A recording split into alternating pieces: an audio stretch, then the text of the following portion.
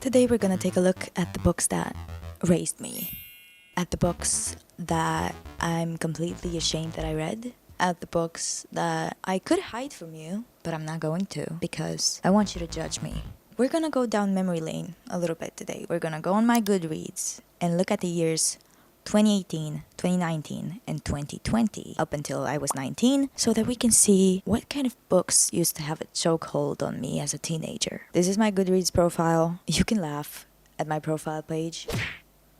I actually joined it in 2016, so I don't know where the books from 2017 went because it's not here in the reading challenges, so I don't know where it went. So for that reason, we are going to skip it. Let's go to 2018. In 2018, I read apparently 99 out of my goal of 70 books. I don't know how I had the time. Are they hidden? Okay, guys, I found the 2017 reading challenge. Don't panic anymore. Everything's okay. All right, we have Jennifer Niven. Does anybody remember this? This used to have everyone in a chokehold. I remember everyone being so excited about this book. Ooh, I read The Catcher in the Rye, but don't you worry, I didn't understand any of it. I had a phase with Adam Silvera because everyone I was watching on BookTube used to love this guy. So naturally, I gravitated towards him, right? The year before 2017, I think I finished reading The Six of Crows, which I don't know why everybody hates that book in today's day and age because I adored it and I would reread it anytime. It was my first encounter with fantasy in that way. Or not really fantasy. Is it fantasy? I can't even remember. Regardless, I adored it. I cried so much reading Salt of the Sea. What else? Ooh, Stephanie Garber. Yes. And I did buy her most recent novel. I think is her most recent. No, it wasn't her. Or? It was the author that wrote The Secret Circus. What the hell did I just say? The Night Circus. It was the author of The Night Circus. I bought Erin Morgenstern's most recent novel, which is The Starless Sea. Yeah, that I don't even think it's her most recent one because it was written 2019. I have no idea what the hell I'm doing on BookTube. And Becky Albertalli too, the same as with Adam Silvera. They both used to have me in a little I was skewed. It was insane the kind of excitement that I felt for these two authors, and when they wrote the book together, I was screaming. I don't even know if they write anymore. I haven't seen anything from them at all in the past few years. Yeah, apparently she still writes. Cool. Imogen, obviously. That, what? Okay. Amelia, If Only. Okay, so it's a series. What's up with all of these covers that look so cartoonish though? Okay, let's see Adam Silvera as well. The First to Die at the End. Ooh, apparently he wrote a fantasy? Infinity Sun? See?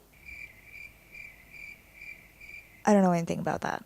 What else do we have? This Was Everything. I don't remember absolutely anything about Tell Me Three Things. See, this is the kind of novel that I would read as a filler until I would get to the next big read. So you can see that in 2017, I read 49 out of 100 books as my reading goal. Then in 2018, I read 99 out of 70 books. We started the year off with Anecdotes of the Cynics by Robert F. Dobbin. We're starting to see some diversity here. Was this my first V. Schwab? Vengeful? I should probably read more V.E. Schwab. Why did I not continue reading the books that I loved as a teenager? Why? Why did I not continue reading the authors that I used to love? See, I regret that. I should probably start. Again, Becky Albertalli with Adam Silvera. We're seeing some more Ruta Sepetys, Adam Silvera, Pierce Brown. This is actually the second book in the series, if I'm not mistaken. It's in Romanian. Okay, I have to tell you a story about Pierce Brown. Gather Around. It was a random day my high school, and our teacher told us, okay, anyone who reads, beware that Pierce Brown is gonna pay us a visit and he's gonna want to talk to you about his new book. I remember being excited about, an American author coming to our high school. That's pretty cool. That doesn't happen every day. It doesn't happen every year. It barely ever happens. So I was like, you know what? I don't know who the hell this guy is, but I'm going. And I got an autograph from him on a little piece of paper because I didn't have the book at all because I didn't know who the guy was. Again, I never read any of his books up until that point. So after this meeting, I was fascinated, right? I wanted to see what this guy writes, if the hype was worth it. I wanted to see what this guy could actually do. Me, a 16-year-old. So I read the Red Rising a couple weeks after, and it was amazing. another Victoria Schwab book, The Near Witch, which I haven't seen people read. And I think I kind of liked it. I was a little bit into a little bit more of a horror fantasy at the time, apparently. Another V.E. Schwab. Is this 90 books? 1, 2, 3, 4, 5, 6, 7, 8, 9, 10, 11, 12. This is not 90 books. 99 books. What the? Okay. I read Gabby Hanna's Adultolescence. This was also the time when I got into reading comic books as well. I used to wake up really early in the morning at around 4 a.m. before I would go to catch my bus to go to school, and I would read a little bit of a comic book in the morning while having my oatmeal. This was also the time I got into Percy Jackson, but I think I was reading it upside down. I think it should have started with the bottom. Here we are. Yeah. The Vampire Academy. This series single-handedly turned me into a reader. And I'm not even kidding. So I was really into my fantasy era at the time. Okay, I was really into it. And this series scratched a part of me that thrived on the crossover episodes I used to watch from Marvel and DC. There's 3 books in this series. In every book you get a couple. They all meet in the 3rd book. The Wrath and the Dawn. Do you remember? Do you remember? I read it 2 times. That's all I have to say. Continued reading Rick Riordan's biggest series of all time. Also, around A List of Cages, there was a lot of talk about that book as well back in the day. And around Strange the Dreamer, which was my first audiobook that I ever listened to, and it was a ride to choose that book as the first audiobook you ever listened to. Not the greatest idea. I need to talk about Soundless Guys. Rochelle Mead wrote The Vampire Academy. We all know and love that series, and if you don't, what the? So I thought she wrote, a standalone, looks cute, pretty short. Let me see what it's about. I don't even remember what it's about now. But what I can tell you is that it had a certain, I don't know what word to use, vibe. I don't want to use that word, but I'm just going to use that word. It had a certain vibe. We are all made of molecules. I read that in a day while I had guests, or better said, while my mother had guests, and I couldn't get out of my room. Well, I could have, probably, and I should have, but I didn't want to. So I just stayed in bed and read this all day. Do I need to say anything about this series? I know I told you that the Vampire Academy single-handedly made me a reader, but what I can tell you also is that Throne of Glass kept me a reader. I did not know that I read a Robert Louis Stevenson book, because I just read Treasure Island, albeit a shorter version. I didn't remember that I read another book by him. Let me see how many stars I gave it. 2. Ready Player One. That was my favorite book for a while. This series. I didn't even enjoy it that much. And then we get to the part I mistook for the first part of the year. 2019. Here we go. This time we've learned our lesson. We're going to the bottom, baby. Started 2019 strong with something I had to read for high school. We're just gonna ignore that. Some Holy Black, Rainbow Rowell. Eleanor Oliphant is completely fine. I really liked that book. My first, Oscar Wilde. So, my adventures with Oscar Wilde started in 2019. That is interesting. 6 years ago. I think Before I Go to Sleep was my first ever thriller. And something that I used to love doing when I was a teenager and reading in my room all day and whatnot. I was watching a lot of films, and actually more series than films. And I wasn't watching films, I was watching movies.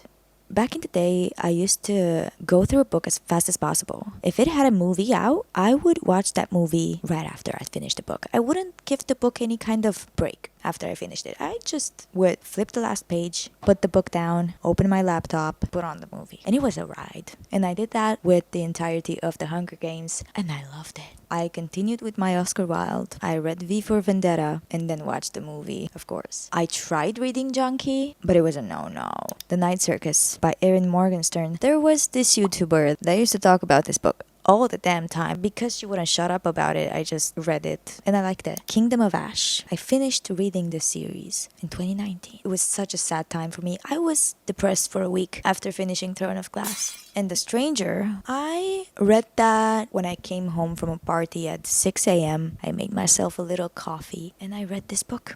It really used to feel very different. Today, I do try to wake up as early as possible to read because I've noticed throughout the years that's when I feel most connected to a book because there's no distractions. There's no checking Instagram or whatever. Nothing to do, really. You have no responsibilities if no one's awake. So I still get nostalgic remembering how I used to read really early in the morning. This is why I try to wake up as early as possible. Just to get that feeling again that I had when I read The Stranger. Why are all of these stuck together? A little Matt Haig, a little Murakami, Sylvia Plath with the glass jar or bell. We kind of getting into a little bit of a self-help situation over here. I really liked Big Magic. I know that she's really problematic right now, this Gilbert gal, but Big Magic, I liked. The Diviners by Liba Bray. I don't remember anything about this book other than the fact that I had that copy, I read it, and then I sold it. For some reason, I didn't want to keep it. Probably because I didn't like it that much, did I? Crazy Rich Asians. It was so fun. Such a fun story. 1984. You know it. Then I started reading Rick Riordan's Egyptian series, which was pretty repetitive. That's why I gave up on Rick Riordan's books, because they were all saying the same things. Another Victoria Schwab. I think it's a duology, or is it a series, or is it a trilogy? I don't even know, but I enjoyed it, and I listened to it on audiobook. If you're on BookTube in 2019, you gotta know who Alice Oseman is, which, let's just get over that. I didn't like this book. No. Children of Blood and Bone. I didn't continue reading the series. I don't know why. Kristin Hanna. You know, Kristin Hanna, at least Kristin Hanna translated into Romanian. It's just a fun little novel that you read when you don't have anything to read. I'm sorry. Oh, I didn't know I read this. Because Halloween is approaching and because I'm currently reading Ray Bradbury's Something Wicked This Way Comes, I was thinking after Ray Bradbury, I'm gonna read Oscar Wilde with The Canterbury Ghost. And I even searched for it on Goodreads to see if I've ever read it, because it kind of seemed a little too familiar to me. And nothing came up. No rating from myself came up. So I was thinking, okay, I didn't read it, so it's time to read it. But apparently I read a very unpopular version of it because we don't even get the cover. More self-help, more Alice Oseman.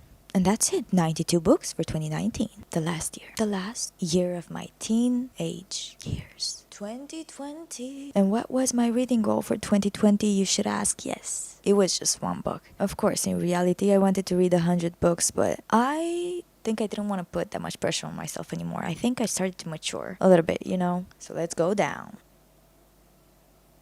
Of course, I started with self-help and spirituality again. Why do people have problems with this book, with The Silent Patient? I don't get it. I liked it. Ooh, Nora Roberts. I loved this little duology of hers, which I'm gonna put somewhere in here the title of the series or of the book. I don't know how it looks like in English, or if in English it is just one book, and if here in Romania we split it in two, I don't know. I think it's something like The Fallen Angels or something like that. I might be talking out of my ass right now, but guys, like I said for Rochelle Mead with Soundless, this little series had me feeling good. And I've told you before, I like reading about characters that struggle a lot, that struggle to keep their job, that really change their lives 180 and have to, wash the dishes to survive or something like that. This book was it. And also we got a little bit of a crime going on. We have a little bit of a mystery. And Nora Roberts,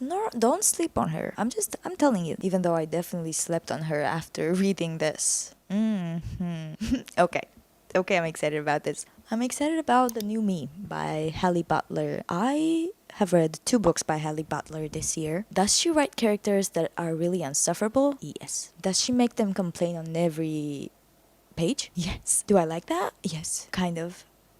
I guess. Vox.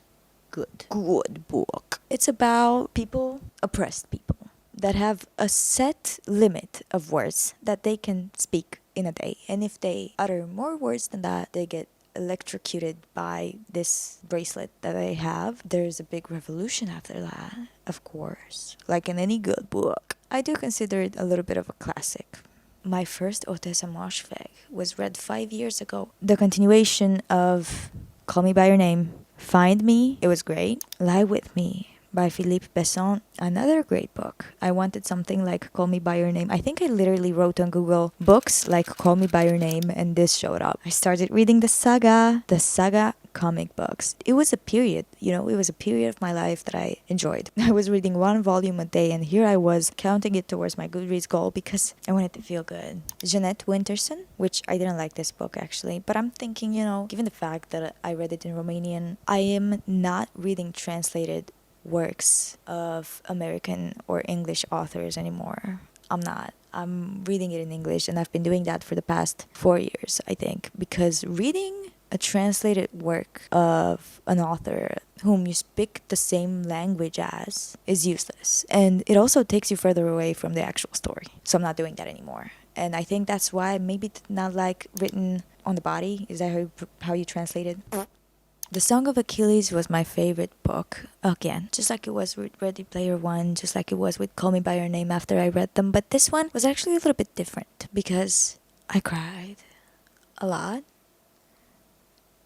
And I was sad a lot. For me, the love that I felt reading this book was so real. I don't remember much about it. I wish that I could. I wish that I could remember everything about this book and tell you. But you know what? Time flies. And so does my memory.